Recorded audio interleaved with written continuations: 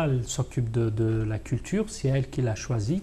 Pourquoi le choix d'une chronique? Quand on en avait parlé, je t'avais dit tu pourrais faire ce que tu veux, tu me proposes. Tu as choisi de parler de la culture. Ben en fait, la culture, oui, mais la culture dans tous les sens du Oui, terme. oui. Ça veut dire que mille et une cultures, l'idée c'était que la culture berbère aille ailleurs. Donc ça pouvait être par exemple, comme on avait vu avec Marguerite Barankitse, à la rencontre en fait du peuple burundais, donc de la situation politique qui vivait et du côté associatif avec les enfants. Et comme on pouvait aussi parler par exemple de Zaya Ziwani qui est chef d'orchestre et qui nous a donc fait rêver de par son parcours qui finalement est un parcours normal. Je veux dire, une femme avec voilà, des rêves, des passions, et le fait d'avoir été jusqu'au bout et d'être devenue chef d'orchestre, eh bien, ben voilà, je trouve ça super. Et donc, j'ai voulu donner en fait la parole à ces gens en fait qui sont passionnés, par exemple, de stylisme, d'humour, voilà, donner la parole aux artistes et aussi la parole aux autres cultures, en dehors de la culture, par exemple, berbère, donc comme je viens de le dire, Marguerite Barankitse. Qui est Rizlen Selika pour les téléspectateurs qui nous regardent? Rizlen Selika, déjà, c'est donc voilà, la journaliste de Mille et une Culture. Donc, je suis journaliste, je travaille pour différentes sociétés de production aussi à Paris. Je réalise des reportages donc pour M6. Et là, en l'occurrence, je suis en train de réaliser un autre reportage pour Énergie 12, W9. Et donc, voilà, c'est Rizlen Selika, c'est ça. Tu as grandi en Belgique. Voilà, j'ai grandi en Belgique. Tu es devenue parisienne. Je suis devenue, je dirais pas parisienne, je suis citoyenne du monde. Je suis partie aussi au Brésil pendant 1 an. Là, je suis à Paris aujourd'hui. Demain, je ne sais pas où je serai. Donc voilà, je découvre. Ce qui est d'ailleurs intéressant dans ce que vous dites, ou ce que tu dis, Rizlen, c'est ce côté interculturel et métissage. Dans la culture, ce qui est fabuleux, je trouve, c'est les ponts entre les cultures. Il y a une phrase magnifique de Saint-Exupéry que j'aime beaucoup qui disait « Frère, si tu diffères de moi, loin de me léser, tu m'enrichis ». Et dans une époque où on sait que le racisme, parfois, notamment dans la société française, est parfois de mise, on en a parlé pendant la campagne, cette idée de dire que si la différence est un enrichissement, c'est beau ça. La différence, c'est un enrichissement. Exactement. Et c'est ça, ces ponts entre les cultures. Et je trouve ça magnifique.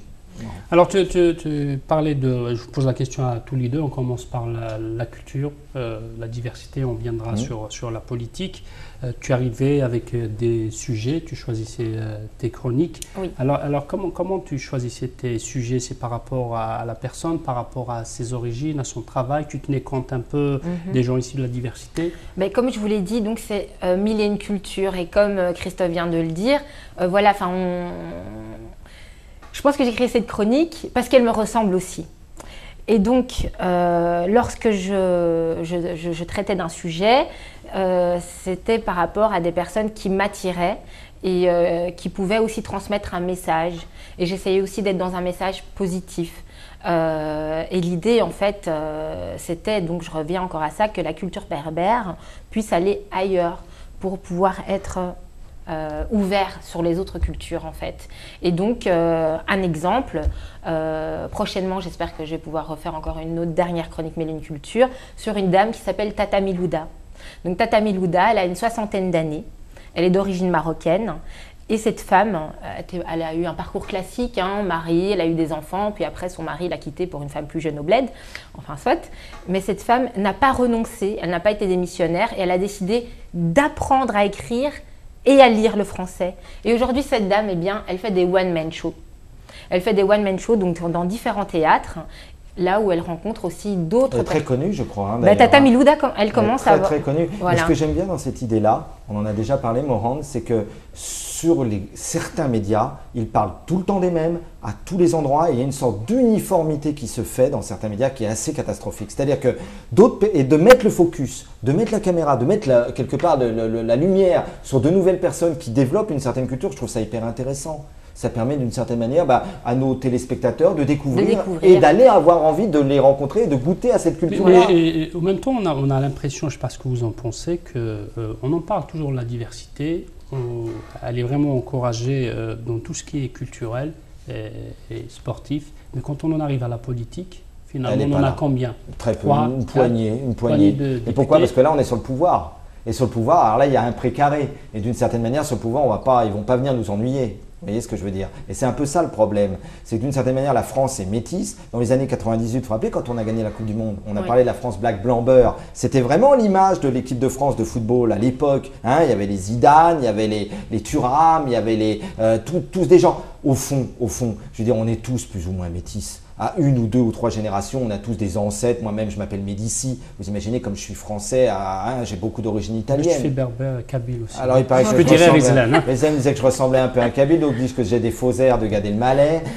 Donc, voilà, mais c'est pas grave. Gad Elmaleh en blanc. Voilà. Mais là où je suis quand même d'accord avec Christophe, c'est par rapport à ce que les médias montrent aussi donc de la diversité. C'est comme vous venez de le dire, en fait, il y a une sorte, voilà, on montre ce qu'on a envie de montrer et au pouvoir, il y a une poignée. Par exemple, quand il y a une palette de jeunes gens, je dirais de ma génération en fait, qui sont en train vraiment de s'affirmer. Donc ça veut dire qu'aujourd'hui, il n'y a plus un Jamel Debbouze, il y en a plusieurs, mais avec chacun sa personnalité. Hein. Je ne veux pas faire non plus d'amalgame. Ils ont chacun leur humour, ils ont chacun leur univers. Et donc c'est comme ça. Donc avec la nouvelle troupe de Jamel Debbouze, par exemple, il y a une jeune fille, par exemple, qui s'appelle… Le Jamel Comedy Club, c'est ça? Voilà, Rizlan, hein, exactement.